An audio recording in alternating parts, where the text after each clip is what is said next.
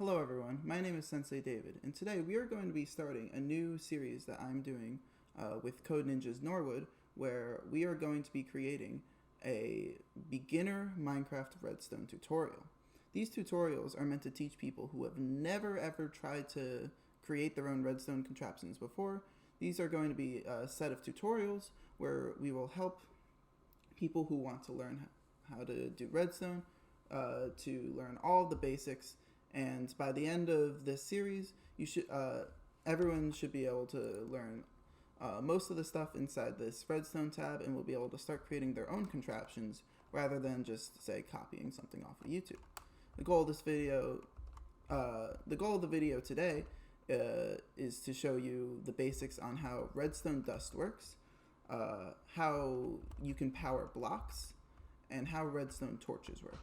These three things are critical in creating almost any redstone contraption, which is why it is important for our first lesson today. So we're going to start out with, well, how do you power things in Minecraft? In Minecraft, there is a system known as redstone, and redstone is how you power blocks so that they could change their states. Today we're going to be using these lights. The lights have two states. They're either on or off, and whenever they're on, they'll turn on. You can see they'll obviously be on, and then when you turn them off, they'll obviously be off. Using this, we are going to be able to create systems to be able to tell if we are going to be able to power things. So, whenever I press this button, this light will turn on for a second and then turn off when the button gets unpressed. Now, if we connect this button to some redstone, we can see that redstone is what's basically the wire in Minecraft. It will take the signal from the button, it'll transfer it through the redstone and then go into the light. So as you see, if I press the button here, it'll go through this redstone and into this light. If I use a lever instead, whenever I flip it on, it'll stay on. Whenever I flip it off, it'll stay off. If I use a redstone torch instead, as you can see, a redstone torch produces a constant output, so that can keep this light on.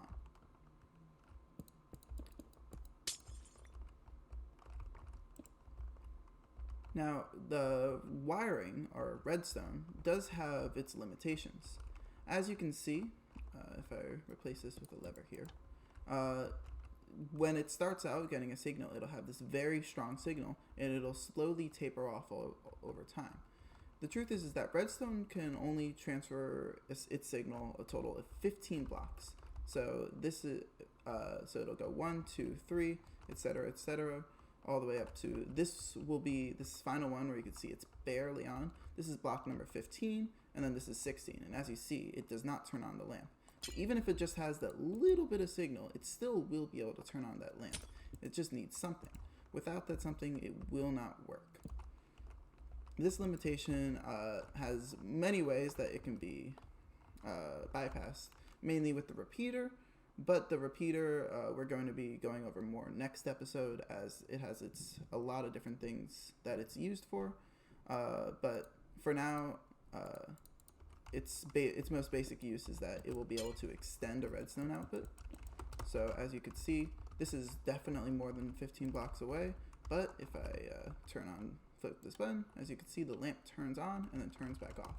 And that's just because this is block number 15 here. The repeater receives that signal and turns it into a brand new one. So it'll be able to go 15 more blocks beyond this repeater, but in this case it's only going 5, so it'll power the lamp, and that's what we see when we press the button here. Once again, the lamp turns on, lamp turns back off. Now the third thing we're going to be going over today is the redstone torch. Now the redstone torch, many people think it's just a simple little way to power your items. In our example, a lamp.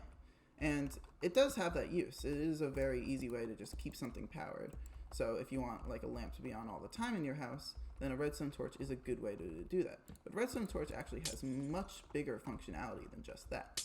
As you can see, whenever I press this button, the redstone torch actually turns off.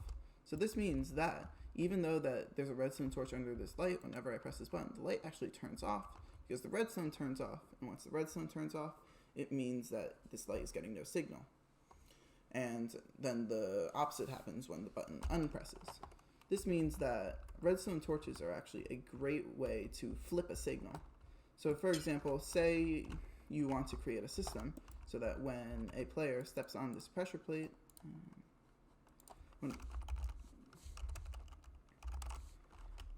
you want to make a system where whenever a player steps on this pressure plate and you want them to flicker a light, let's say. If you wanted to make a system like that, it might look a little something like this. As you can see, whenever I press on this pressure plate, it will go into this block, it'll turn off this redstone torch, and then, let me use a wooden pressure plate.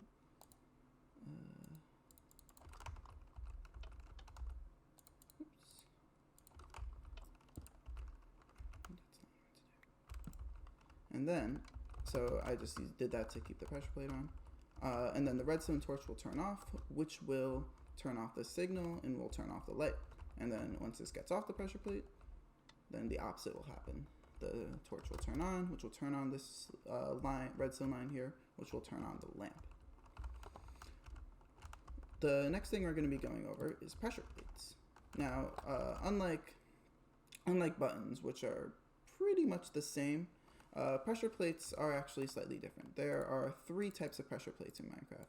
There's stone pressure plate, there's wood pressure plates, which there's multiple types, but all the wood pressure plates work the same. And then there are weighted pressure plates. These pressure plates all work quite differently, actually.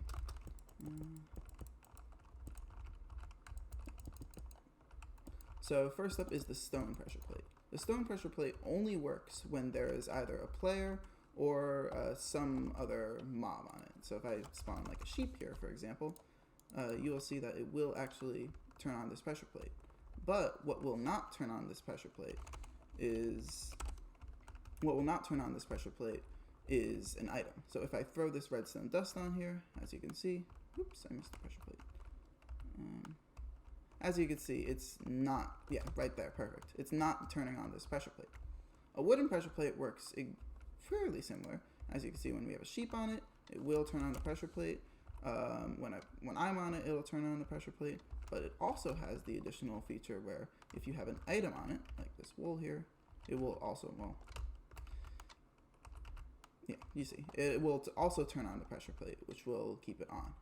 Now, the weighted pressure plates work a little bit differently. As you can see, when I turn it on, it does create an output, but it only creates a tiny output. This is a 1 block output like we saw back over there. The way these weighted pressure plates work is that the more entities on them, the greater the redstone signal will be.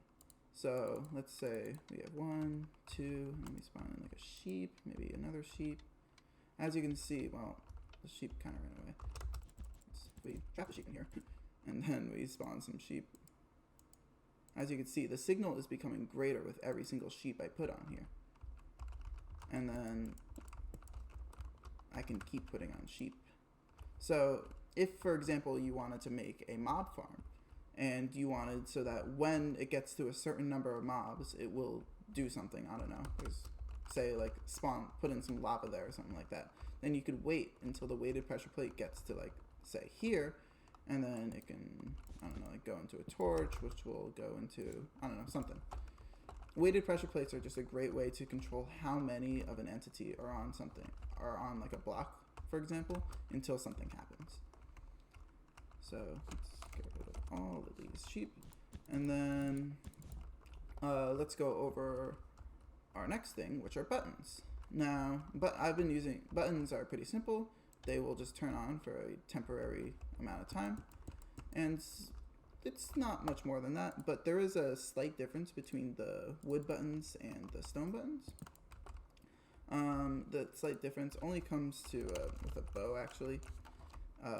The way wood buttons work is that if you shoot a wood button, as you can see, the arrow will go into the button and it will create an output, whereas if you shoot a stone button, it will not do that, as you can see. Other than that, though, the buttons are pretty much the same, at least for this level. They are almost exactly the same, with the exception of the wood button being able to be shot and the stone button not being able to be shot. The last thing I want to go over today is powering blocks. Now, as you can see, this redstone line is not going right into this lamp, But if I press the button here, it will still actually power the lamp.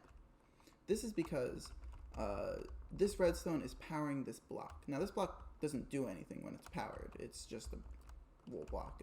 It has no power, it has no visible difference when it's powered or when it's unpowered. But that means that when redstone goes into it, it will trigger any blocks that are directly around it. So as you see, this lamp is an excellent example. Whenever we power this block, the lamp will fire. And this will go with any other thing. So for example, TNT. If I wanted to blow this up, it will do that. But I don't actually want to blow it up, so I'm going to get rid of it. So that is all for today's basic lesson on redstone. Just to quickly review what we went over. We went over redstone dust. We learned how with most power sources it will go 15 blocks, and then you'll need something like this repeater for it to go if you want it to go further than that. And we also learned how it is the best way to transfer a signal in Minecraft. We learned about redstone torches and how they are able to invert a signal. As you can see, this signal is now on, so this signal is off. This signal is off, so it's not on. We learned about pressure plates and buttons and the difference between the three. And then the button. Ooh, aw, so close.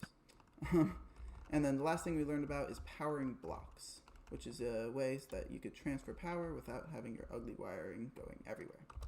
So that is all for today's episode. Next week we're going to be going more into the repeaters over there, as well as learning about the comparators. So can't wait to tell you guys about those. Until then, I will see you all next week. Goodbye.